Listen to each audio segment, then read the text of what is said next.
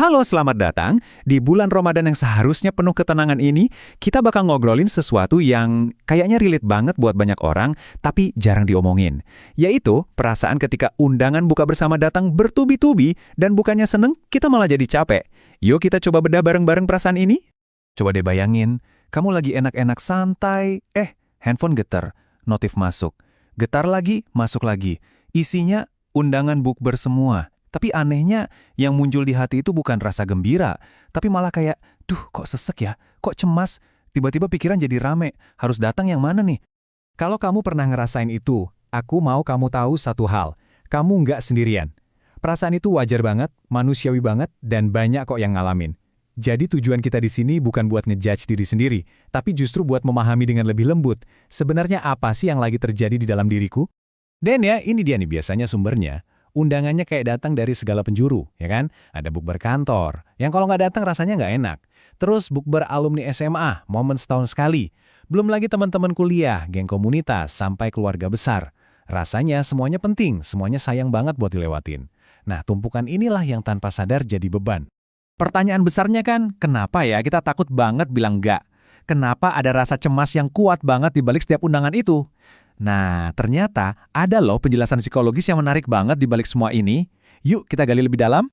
Dalam dunia psikologi, perasaan ini punya nama. Namanya FOMO, singkatan dari Fear of Missing Out.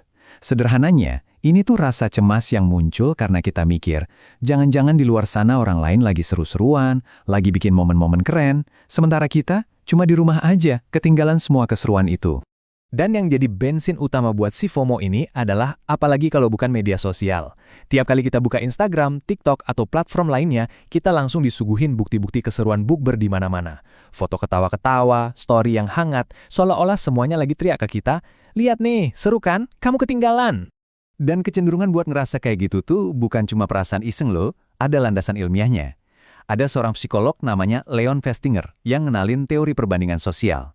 Teorinya bilang kalau kita, sebagai manusia, itu punya dorongan alami buat menilai diri kita sendiri dengan cara, ngebandingin diri sama orang lain.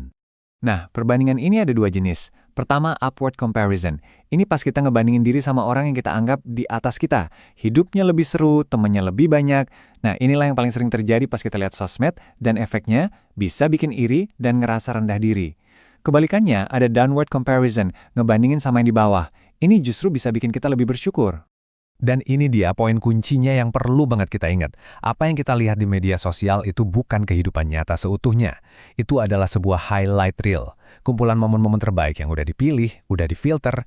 Kita itu lagi membandingkan bagian behind the scenes hidup kita yang mungkin lagi berantakan dengan panggung terbaiknya orang lain. Ya jelas nggak adil kan? Oke, terus kalau kita nurutin rasa takut ketinggalan ini terus-terusan, emangnya kenapa? Nah, ternyata ada harga yang harus kita bayar, baik itu secara mental, fisik, bahkan spiritual, yang seringkali nggak kita sadari. Dampaknya ini nyata banget loh, mulai dari rasa cemas dan stres yang nggak hilang-hilang karena jadwal yang padat. Terus capek fisik dan mental yang luar biasa, bahkan bisa bikin kita jadi kurang percaya diri. Belum lagi soal finansial yang diam-diam terkuras. Dan yang paling penting di bulan Ramadan, kualitas ibadah dan pola tidur kita bisa jadi korban karena energi kita udah habis dulu lah. Dan ironisnya tuh gini, sekalinya kita paksain datang ke semua acara itu, seringkali kita cuma hadir fisiknya doang. Badannya di sana, tapi pikiran sama hati kita melayang entah kemana saking capeknya. Ujung-ujungnya, niat baik buat silaturahmi malah nggak kesampaian karena interaksinya jadi nggak berkualitas. Oke, cukup bahas masalahnya. Sekarang kita masuk ke bagian yang paling ditunggu-tunggu. Solusinya. Kabar baiknya adalah kita punya kekuatan penuh kok buat ngambil alih kendali Ramadan kita. Ada langkah-langkah praktis yang bisa kita coba buat balikin lagi ketenangan dan makna Ramadan yang sesungguhnya. Prinsip dasarnya yang perlu kita tanam kuat-kuat di kepala adalah ini. Nggak semua undangan itu wajib dihadiri. Berani bilang enggak dengan sopan, itu bukan berarti kita jadi sombong atau ansos loh. Justru, itu adalah bentuk sayang dan peduli yang paling tinggi ke diri kita sendiri. Nah, ini dia 3 langkah simpel buat mulai. Pertama, kenali kapasitas dirimu dan tentuin prioritas. Coba deh putusin dari awal, oke, minggu ini aku bukber maksimal 2 kali aja. Pilih yang paling berarti buatmu. Kedua, pas nolak ngomongnya jujur, singkat, dan tetap sopan. Dan yang ketiga, ini sering banget lupa. Secara sengaja jadwalkan waktu buat istirahat total di rumah. Kalau kamu bingung gimana cara nolaknya, Nih, aku kasih contekan. Kamu bisa pakai kalimat simple kayak gini. Maaf ya, Ramadanku lagi dibatasi kegiatannya supaya tidak terlalu padat. Semoga acaranya lancar ya. Sederhana, jujur, dan hangat. Nggak perlu alasan yang berbelit-belit. Selain ngatur jadwal di dunia nyata, kita juga perlu ngatur rumah kita di dunia maya. Caranya dengan mindful social media. Pas lagi scrolling, coba deh berhenti sebentar, terus tanya ke diri sendiri, gimana perasaanku sekarang? Konten ini bikin aku happy atau malah sebaliknya? Batasi waktunya, dan jangan pernah ragu buat pakai tombol mute atau unfollow untuk akun-akun yang bikin cemas. Nah, sekarang kita sampai di bagian favoritku. Kita bisa loh mengubah cara pandang kita dari yang tadinya takut ketinggalan menjadi sesuatu yang justru bikin kita lebih tenang dan berdaya. Yuk kenalan sama JOMO atau Joy of Missing Out. Ini adalah sebuah seni menemukan kebahagiaan justru karena kita melewatkan sesuatu. Kebahagiaan yang datang dari kesadaran kalau kita sudah memilih untuk memakai waktu berharga kita untuk hal-hal yang beneran penting dan sesuai sama apa yang kita butuhkan. Praktik JOMO itu simple banget kok. Bisa dengan menikmati buka puasa yang hangat dan tenang di rumah, gak buru-buru. Atau pakai waktu luang buat ngaji, atau sekedar merenung. Fokus sama rasa syukur karena kita dikasih kesempatan istirahat. Dan yang paling penting, bisa benar-benar hadir buat orang-orang terdekat yang ada di depan mata kita.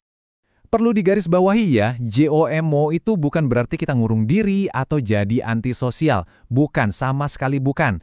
Ini semua tentang pilihan yang sadar buat lebih mentingin kualitas interaksi daripada sekedar kuantitas atau banyaknya acara. Dan sebagai pengingat yang lembut buat kita semua, nilai diri kita itu nggak pernah dan nggak akan pernah ditentukan oleh seberapa padat jadwal bukber kita. Nilai kita jauh lebih dari sekedar daftar hadir di sebuah acara. Jadi, sebagai penutup, aku mau kasih satu pertanyaan buat kamu renungkan. Dengan sisa waktu yang berharga di bulan suci ini, ketenangan seperti apa sih yang sebetulnya ingin kamu ciptakan untuk dirimu sendiri? Semoga kita semua bisa menjalani sisa Ramadan ini dengan lebih damai, lebih jujur, dan pastinya lebih bermakna. Terima kasih sudah menyimak.